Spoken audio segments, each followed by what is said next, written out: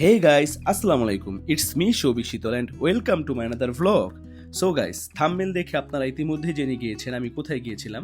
হ্যাঁ গাইস, আমি গিয়েছিলাম 30তম ঢাকা আন্তর্জাতিক বাণিজ্য মেলা 2026-এ।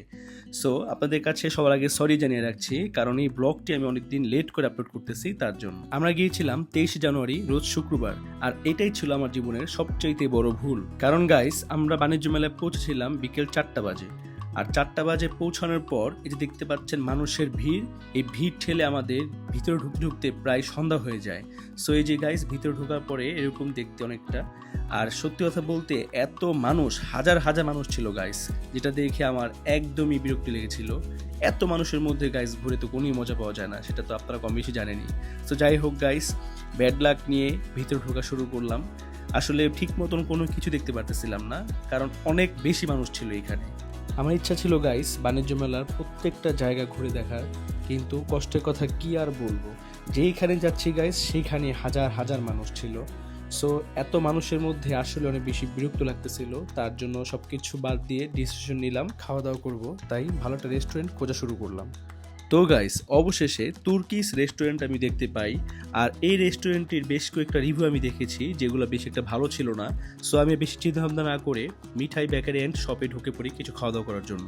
দেন ভিতরে ঢুকে আমি কিছু খাবার অর্ডার করি, আর তাদের খাবারগুলো টেস্ট করার পর যতটুকু বুঝলাম না, আসলে তাদের খাবারগুলো অনেক বেশি মজা ছিল। আর আমার কাছে সবচেয়ে বেশি পছন্দ ছিল হলো কলিজা সিঙ্গারা। তাদের কলিজা সিঙ্গারাটা আসলে অনেক বেশি মজা। আমি আপনাদেরকে 100% রেকমেন্ড করব, আপনারা অবশ্যই যদি মিঠাইতে যান তাদের কলিজা সিঙ্গারা পেলে ট্রাই করবেন, মাস্ট বি ট্রাই করবেন। আর লাস্টে নিলাম তাদের মোস্ট ফেমাস, মোস্ট ভাইরাল মোরগ পোলাও, যেটা টেস্ট ছিল আসলে অনেক বেশি মজা। তো খাওয়া দাওয়া শেষ করে বের হলাম একটু ঘোরাফেরা করার জন্য। আর এখানে দেখতে পাচ্ছেন খুব সুন্দর একটি বাইকের স্টল, আর এখানকার বাইকগুলো ছিল অসম্ভব সুন্দর। আর বাইরের সাইডটা ছিল বেশ জাঁকজমক, কারণ এখানে বাচ্চাদের জন্য রয়েছে অনেক বেশি সুন্দর এবং আকর্ষণীয় অনেকগুলো রাইড। তো গাইস, অবশেষে একটু ফ্রি জায়গা পেলাম ঘোরাফেরা করার জন্য।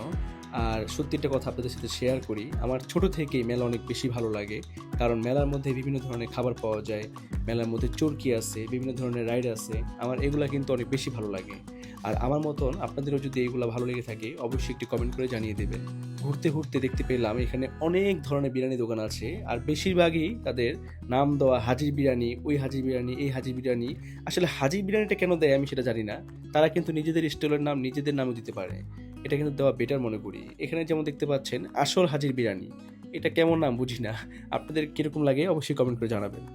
ইন্ডিয়ার একটি ভাইকে দেখলাম বেশ দক্ষতার সাথে বিভিন্ন ধরনের সবজি কাটা একটি মেশিন বিক্রি করতেছে, যেটা ছিল খুব বেশি ইউনিক। গাইস, আজকে ইচ্ছা ছিল বাণিজ্য মেলার প্রত্যেকটা অ্যাঙ্গেল থেকে আপনাদেরকে ভিডিও করে দেখানোর, কিন্তু ব্যাড লাক ছিল গাইস, মানুষের এত বেশি চাপ ছিল যে কোনোভাবেই আমি ভালো করে ভিডিও করতে পারতেছিলাম না। সো ভাবলাম আজকের জন্য ভিডিওটি এই পর্যন্তই রাখি। আর হ্যাঁ গাইস, আপনাদের কাছে আমি আবারও সরি জানাচ্ছি, কারণ আমি ভিডিওটি আপলোড করতে অনেক বেশি লেট করেছি। ভিডিওটি ভালো লাগলে লাইক কমেন্ট শেয়ার করে দিবেন। আজকের জন্য এই পর্যন্তই, সবাই ভালো থাকবেন, সুস্থ থাকবেন। আসসালামু আলাইকুম।